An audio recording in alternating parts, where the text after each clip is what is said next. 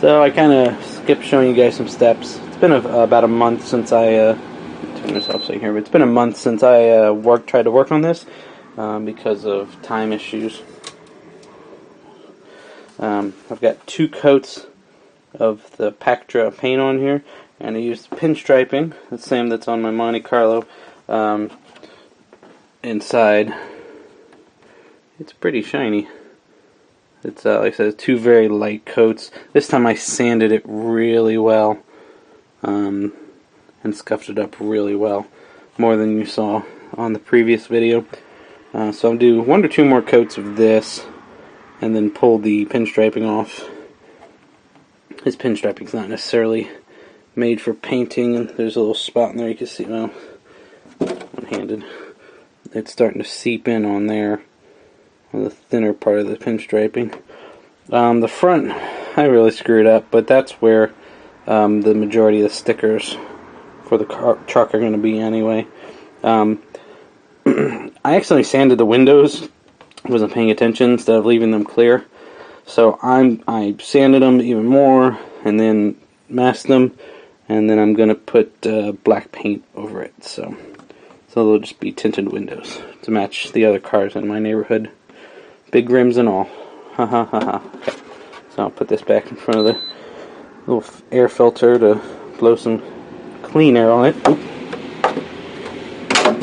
I made a mistake. We got the Halix here. It's also a million pieces. Me and Chelsea went to the track for the first time, and within 2 laps she blew a spur gear. There was plastic all in that. But what I forgot to do was check out where the body posts were going to go. I was about to paint on that and not be able to see the body posts. This is the front. I gotta figure out where this thing is going to go and mark it accordingly on the body. Magically they line up on the back there, right on the dots, I think. I got a new light for Christmas, so I can see what the hell I'm doing. No, they don't match up.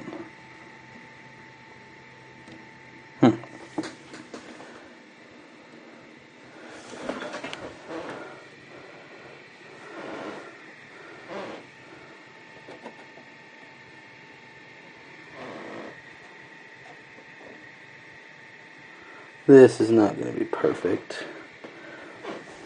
Well, there's a kind of an idea of how it's going to look.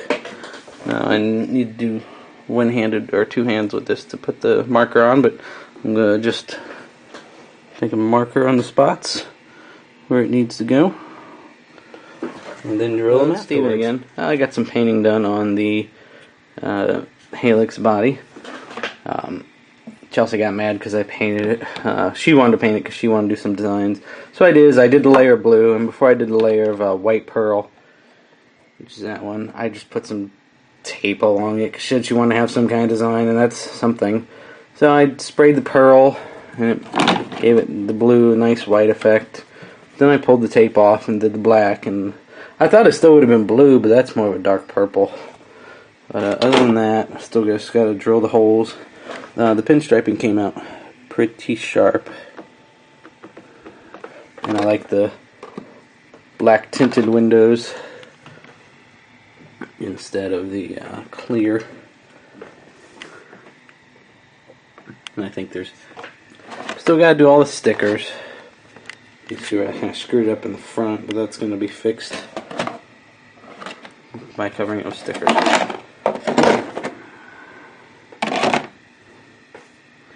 The difficult spot was getting the paint within the body in these cracks and crevices. I've had to blast those a few times. And also, I just purchased for the brushless road car a Monte Carlo body, and I'm going to paint it to match my car, or maybe a little bit different, who knows. But this is why overspray shield's important. That was me trying to spray in there. So once we pull this off, this is going to be nice and shiny. I gotta wait for my hobby shop to open, because last time I actually drilled with a bench drill the post holes, and it turned out to be very ugly. So now I'm going to use the actual rake. Okay, we got the body all done. We got the Vaterra Halix with the Proline wheels. We got the Proline body. Let me put it on here. I kept the post in the upward position. I had the post this high for the Ohio creeper body. I kept them this high just because of this lip on the body is really high. Oh, well, here you go. Here's the reveal. Sorry. Chelsea put the stickers on it. It's dirty because I did get a run out of it. But here's what it looks like. Chelsea did a really good job on the stickers. Man, I got this dirtier than I thought. I screwed up on the post holes.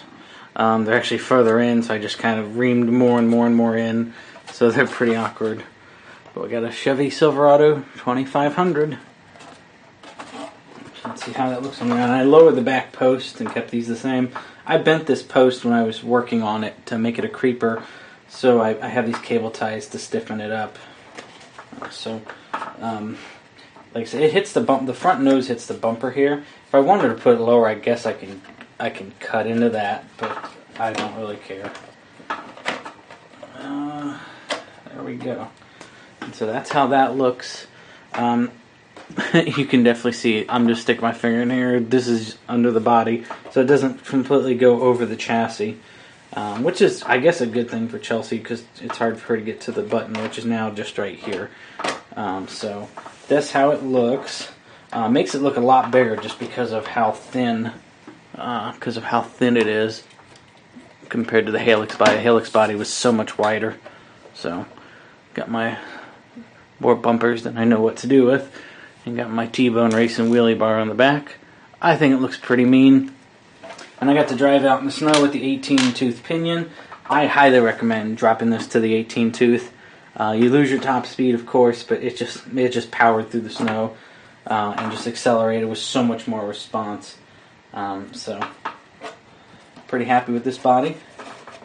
Got the Halix nice and clean like I always do. So, we'll have some more running video of this shortly. It was like 50 degrees yesterday. Did some running. Didn't have anybody else there to record. But now that it 50 degrees yesterday and 24 hours later, it's like 20. So typical Ohio weather. So hopefully we'll get some running video on this one soon. So have a good evening. Bye.